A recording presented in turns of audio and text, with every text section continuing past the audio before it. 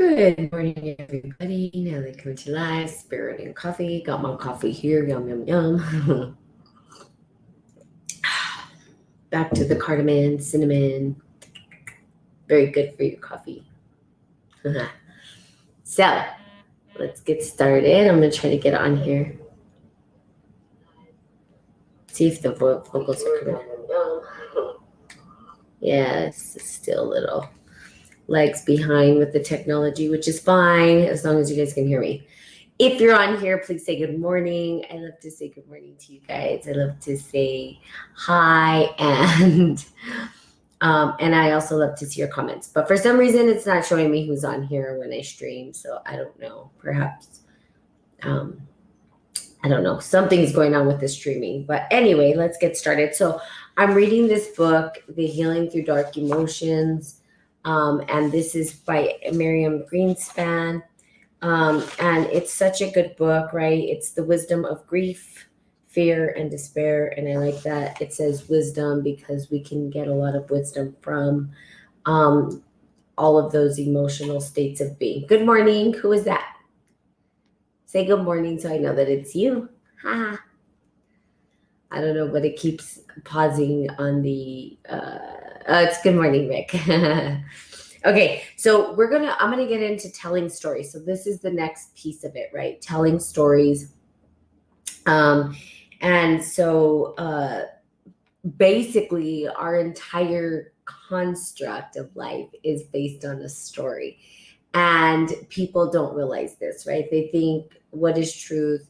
If you started to dig deeper, people are so very bound and held down to their ways of thoughts and the way they think, and that their thoughts are reality, and that's the only reality. And the truth is that stories are what have shaped and molded what we see in society. It's the stories that have been told. And so we create the story and we create the storyline. And everything that we see today in terms of what humans have made is just a story come to life. Not necessarily truth with a capital T. So again, it's looking at what is truth, what is your truth, and how do you engage that. So telling stories. Many years ago, I taught English composition to college students. During that time, I discovered the power of first-person narrative as a way of learning. Students who wrote about their lives were able to make connections that were central to understanding not only themselves, but the world. Stories are the way that we learn about the world as children. And as they continue to be a good way to learn, as adults. We may forget any number of theories, ideas, facts, and figures, but no one forgets a good story. No one forgets a good story. So I think about the telenovelas. You can totally repeat what happened, right, on your novelas or your Good Morning Radio Parles. You can go and you can repeat whole storylines from drama TV, right? It's like these storylines play out and you're like, oh, and it's funny because my mom's like this. She'll be like, and Olivia and this person. And I'm like, Mom, I don't know who these people are. But it doesn't matter. It's the storyline, right, that she's telling me. Talking about how this storyline is playing out, talking about how the story is, what it's doing. And so it's kind of funny because it's like the storyline itself is, getting played out, and we ourselves attach ourselves and we understand the storyline. So we're like, oh yeah, I can totally repeat that storyline. So those are the things that we remember, right? The telenovelas, that's funny. Okay. Stories of depression, addiction, anxiety, abuse, divorce, phobias, incest, illness, and other common emotional struggles. All of these stories have been disguised to protect confidentiality. Somewhere in these stories, you may find yourself. Okay. Okay. We may forget a number. Sorry, I think I just skipped over something. Okay, we learn about the world as children and adults. We may forget any number of theories, ideas, or facts, but we never forget a good story. As a privileged companion to hundreds of people bravely journeying through grief, despair, and fear, I have heard many stories. And that's what she was saying. Some of the stories were depression, addiction, and all of these things. We ourselves have heard these stories, right? Even in our families and whatnot, people tell us the stories and we remember. However, these stories are not written in professional voice alone. I speak also as a fellow traveler. Most of what I know best about the healing wisdom of dark emotions I've learned the hard way by suffering through my own misery mindfully. So, suffering through her own misery mindfully. In other words, everybody has the suffering.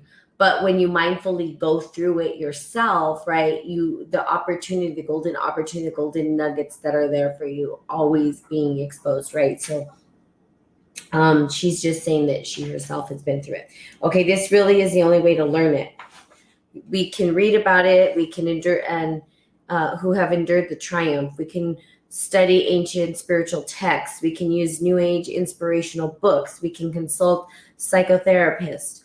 But in the end, life is the ultimate guru.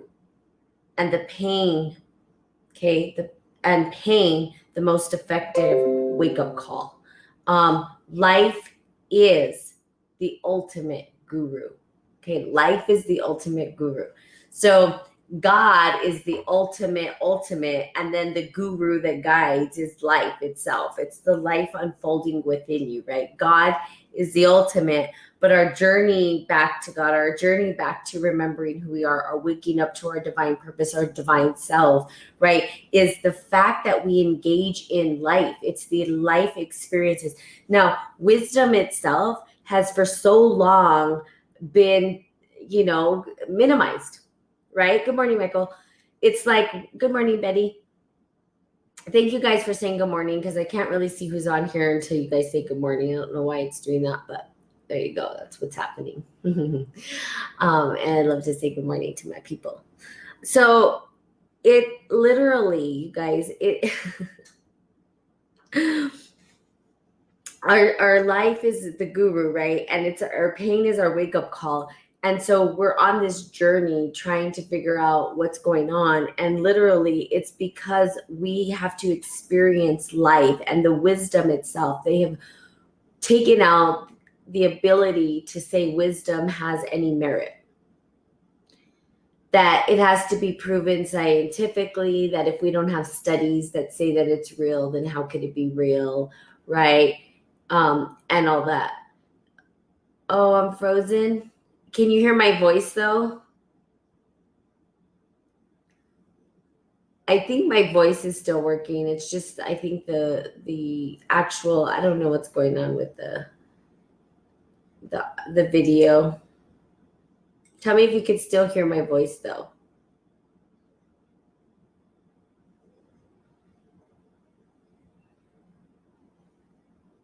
Can you hear my voice? Let me know. Let's see if I can do something real quick. I'm getting really irritated with this technology stuff. Can you guys hear my voice?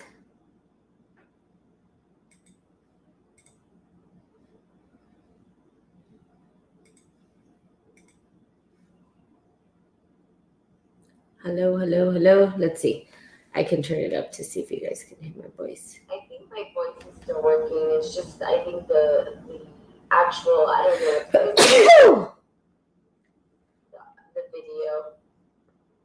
Tell me if you can still hear my voice. Yeah, I think you guys can hear it. So I'll just continue talking. You'll just see me frozen. It won't make any sense to you, but it's okay. I'll figure it out eventually. I'll get this technology. Maybe I just need to upgrade my internet to a faster speed or something. I don't know. I don't know what's going on. I'm not a technical person. I'm trying to figure this out. I would just do it old school way where I just put it on my phone. But that doesn't necessarily broadcast everywhere. So who knows? Hello, Michelle. So you may not be able to see. Do you say it Michelle or Misael? Misael. Michelle. I don't know. I'm trying to make your name fancy, or maybe I don't know. Okay. So if you just hear my voice, just know that the voice is coming up in real time, and maybe I'll be making funny faces. You guys can laugh at the funny faces of the still screen or something. I don't know. So society itself is no longer recognized wisdom as, giving it merit or giving it value. It's like we need to, especially in the scientific world, I'll say that in the academic world, right? It's like, no, if we can't for sure put, quantify it or, that if we can't put it in a mathematical equation, then it must not fit. And if it doesn't fit, then, these emotions, or this wisdom that you're gaining from emotion has no meaning. Now, they told us this, right? But literally, your wisdom is the most powerful thing you have. And in fact, when we started institutions and college and logic and thought and Plato and all these people were getting together, it really was a philosophical standpoint of wisdom, of contemplation, of experience, not just a measurement of something outside yourself, where science says, let me not participate in the actual experience of what I'm doing, but let me just observe it and see what happens. Now, observation itself is fine, okay, but what does that do to enrich our lives? Now, we've seen advancements. I'm not saying that we haven't seen any technical advancements. And I know science would say, well, we've done this and we've done that. Okay, cool. Awesome. And has that made you happier in your own personal life? Like, where's the enrichment of the creativity, of allowing yourself to explore the internal wisdom that's available to co-create with life itself? The only way to co-create with life itself is to tap into the inner wisdom that you have. You can repeat experiments and you can set up experiments and look at them. But when you start to apply it to your life as what? As a way to engage your world, if it doesn't make sense and the experience is not enriching, then why would you do it? So it's, in other words, it's like our experience, right, is what allows us to enrich our lives. That wisdom of going through these things. No science can quantify your happiness. No science can quantify your pain and your grief. No science can say, I'm going to put something in you that allows you to process this. No, you have to be able to do the work yourself. And the wisdom that comes from that is far more valuable than a test in a lab. And people say, well, what about saving lives and all these things? Sure, but you're saving lives, and if the people that you are saving aren't happy, then what? If they're staying alive and just they're more miserable. You haven't taught society how to love their life, and yeah, maybe they want to live, but maybe they're living miserable. Maybe they don't want to live because they're miserable, because they don't know how to get out of it, because no one's ever taught them. Crazy society, I'm telling you. The wisdom that's there, right? And it's a wake-up call. So life is the ultimate guru. I love that. Now, and the pain is the most effective wake-up call. When we are in pain, we wake up. Think about the individuals who have health issues sometimes. They won't quit smoking, right? I work with people who smoke, so I do cessation support. And sometimes people, they're just smoking their whole life, and then boom, something happens, health-wise, and they're like, oh my God, I got to stop this. It's a wake-up call to them. Like, I value my life. What am I doing, right? But until there's that catalyst or that something that wakes you up, then you're like, And I think about 2 years ago, I was telling everybody, wake up, wake up, wake up, wake up. Why? Because I knew something huge was about to hit. I knew that we were about to go through some crazy, weird thing. I didn't know what it was going to look like. I just knew that it was going to happen. And the wake-up call was, if you were prepared when we hit this pandemic or when this all started to show up, and you had this wake-up call and you were allowing yourself to go through the pain and the grief of the emotional states of being, that you yourself literally probably are not having that much of a complication getting through this hard time. But if you were not prepared for the storm, it doesn't mean that you can't get through it. It just means it might be a little bit more challenging. Okay. That call came from, okay, so then she goes on to say, that call came for me 20 years ago when I gave birth to a beautiful boy who died 2 months later. Aaron's life and death are the ground in which this book is planted. It is his spirit that has guided me through the 13 long years of writing and living that this book entailed. Aaron was my master mentor. And Esther, born 15 years ago, with multiple disabilities, is the gifted continuing education teacher. A magical moment in the midst of serious medical crisis with Esther was my most powerful personal experience of the alchemy of fear to joy, chronicled in chapter 7. It was the moment of terror for my daughter's life that this book was conceived. The truth is, I didn't come to this book, it came to me. I've tried to be a faithful scribe and write as clearly as possible what I've been led to. So again, this book was grounded in her own personal journey to understand her internal wisdom of the fear, the grief, despair, and the pain. That internal wisdom that guides every individual, that allows every individual to engage life into richer meaning. So it's a richer, enriched meaning that it gives us. And I keep talking about it from different perspectives, but the reality is these emotional states of being have power with them. There's power inside of them. It's uncomfortable, but the power that's available in them is phenomenal and amazing if you could allow yourself to actually go through it. Okay. In addition, my family background as daughter of 2 resilient survivors of the Holocaust has been the crucible in which my early awareness of grief, fear, and despair took shape, an awareness that has accompanied me all my life in its formative experience of life's work. I came to consciousness in the post-Holocaust era and live now. As well as we all do, in an ecocitical world torment by terror and violence, degraded by pollution, a world whose future is highly uncertain. My early awareness of dark emotions is in the aftermath of genocide is another aspect of personal genesis of what you read here. So you can say that she's been through a lot of stuff. And literally, it's not unless you've been through a lot of stuff do you gain the wisdom. And the only way to go through the dark emotions is to actually go through it. And we're going through the dark night of the soul right now, cosmically.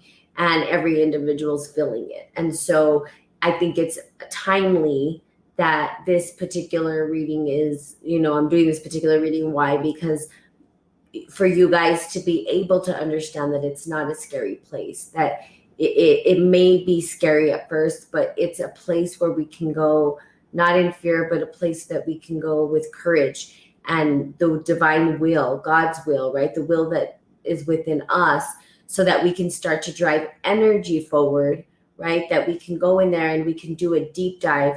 And yeah, it may be scary, but we have the courage within us to actually tackle this thing, to go in and to face it. And when we go into our subconscious mind, into the dark emotions, and we face it, and we come out as a warrior grounded in principle. Literally, we won't compromise principle when we know how to deal with our dark emotions. We'll stand firm on solid ground with our staff. Think about Moses. Think about, okay, so he came down from the mountain, right? Now, I'm not a scholar of the Bible, but I do understand some of the stories of the Bible. I was raised Catholic. And we used to read the Bible when I was a child with my grandmother.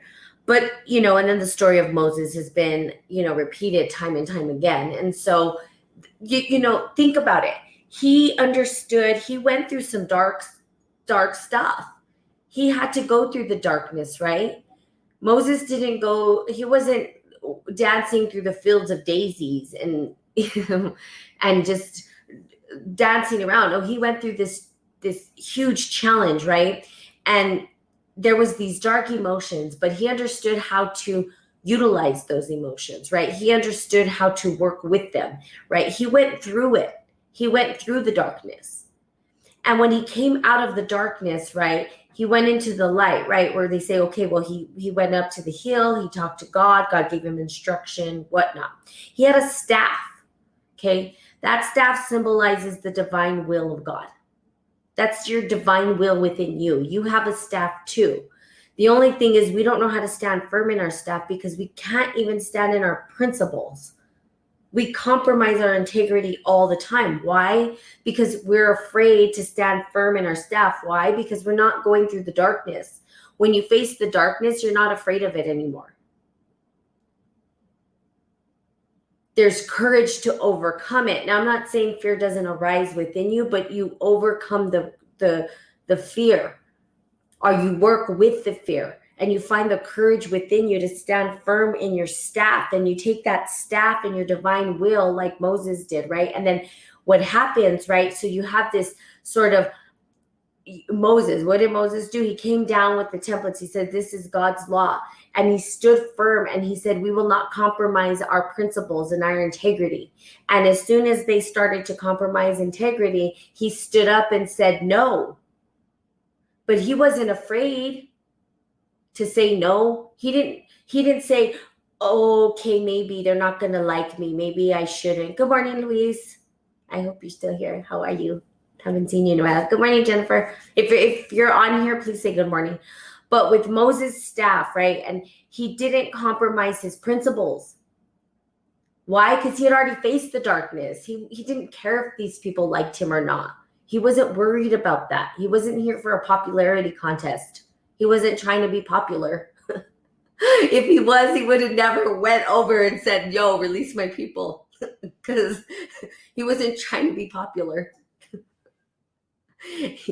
He was there to stand firm in spiritual integrity. Now, spiritual integrity takes a lot. Trust me, people are going to point fingers at you. They're going to slash you. But if you stand firm in principle, it's because you've gone through your dark emotions and you're not afraid to stand firm with your staff, which is the divine will of God. When God is with you, you hold your staff firm and you say, you know what? I'm not saying no because I don't love you. I'm saying no because I'm not going to compromise my integrity. And my integrity comes from something deeper. It comes from the wisdom of going through the darkness and meeting God.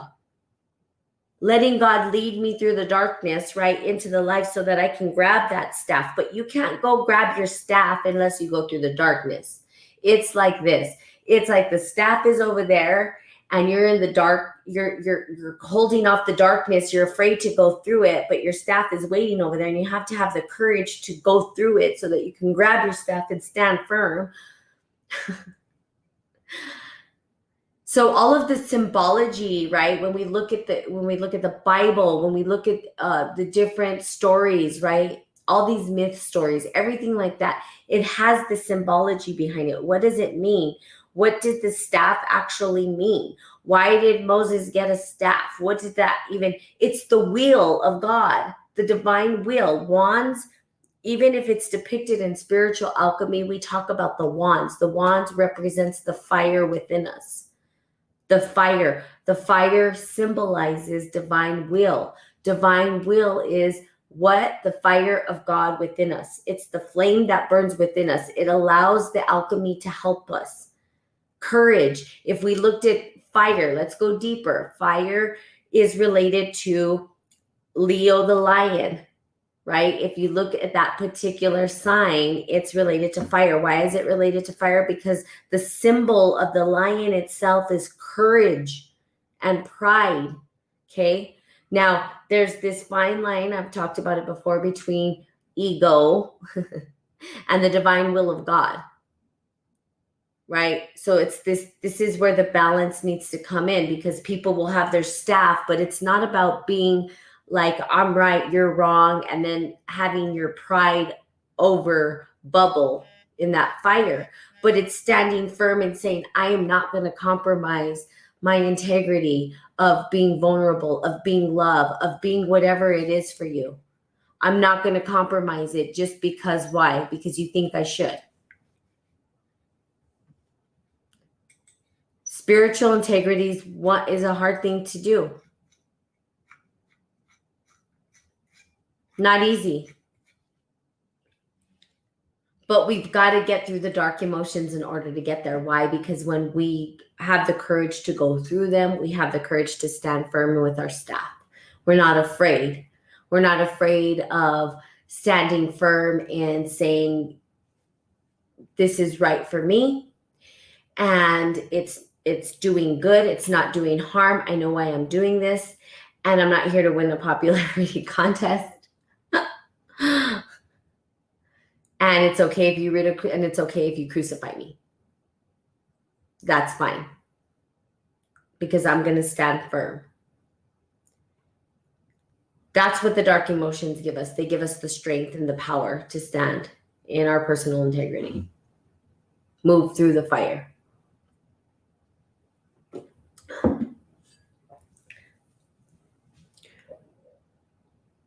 So again, working through the dark emotions. Personal odyssey through the dark emotions as a path of sacred power are the backbone of everything this book has to offer. The narratives are threads that weave themselves throughout the book. I have intentionally made extensive use of my own story for a number of reasons. For one thing, my own stories are the ones I know best. As Thoreau said in Walden, I should not talk so much about myself if there's anybody else whom I knew as well. The details of this story is designed to give you a sense of contours and colors of alchemic journeys through the dark emotions, and to reassure you that these healing alchemies are possible even under very dire conditions. Okay. Reassurance that these healing alchemies.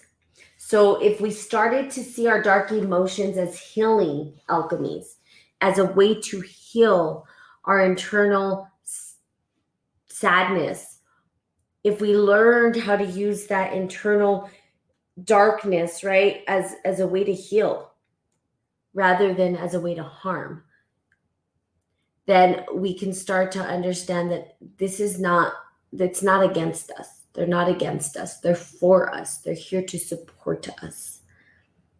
So the journey through the dark emotions, go out, work on them, get your staff, stand firm. You know, people always saying like, how do you do it? How are you so authentic? I can't, I said, I'm not a diplomatic person. I'm not here to play politics. I'm not going to be diplomatic. I'm going to say exactly what's going on. I'm going to be authentic and as vulnerable as possible. Is that going to make me the most liked person in the room? No, it's not. But everything I do is in love. Everything I do is for the greater good of humanity, not to harm. But I'm going to call things out the way I feel. And the thing is that sometimes it doesn't make me the most popular person. And that's okay. I'm going to be crucified over and over again. That's part of the journey. But to be brave enough to do it, right? Brave enough to get out there. I do Spirit and Coffee authentically. Why? Because I care. Does it help me? Yes. Hopefully it helps you guys. But it doesn't mean that I don't get to experience all of those hardships and heartaches. I've had people say stuff, right? Good morning, Larry. I've had people, bash me on here. I've had so much go on. And the reality is for me, all I care is that those people heal. And if they're angry, I hope that they can heal through their anger and frustration towards me, because that's their dark emotions surfacing. And if they don't know how to redirect it, they're only harming themselves. They're not harming me. I know how to deal with that kind of stuff because I go through it. I allow myself to go through the process of it. And that's what I'm saying. And that's why I continue doing this. I've even had family members bash me. They still do. And for me, does it matter? No. I love them. I'm not mad at them. They have their own ideas about what they feel about me, and that's not my problem. At the end of the day, something inside them is harmed. If they feel like they have to say something to harm me, there's something internally in them that they're not facing. Do I pray? Yeah, of course. Pray for them. I want them to heal through these dark emotions. As we heal, we have no need to defend anything. We have no need to, good morning, Scott. We have no need to fight when we heal through ourselves. There's no need for it.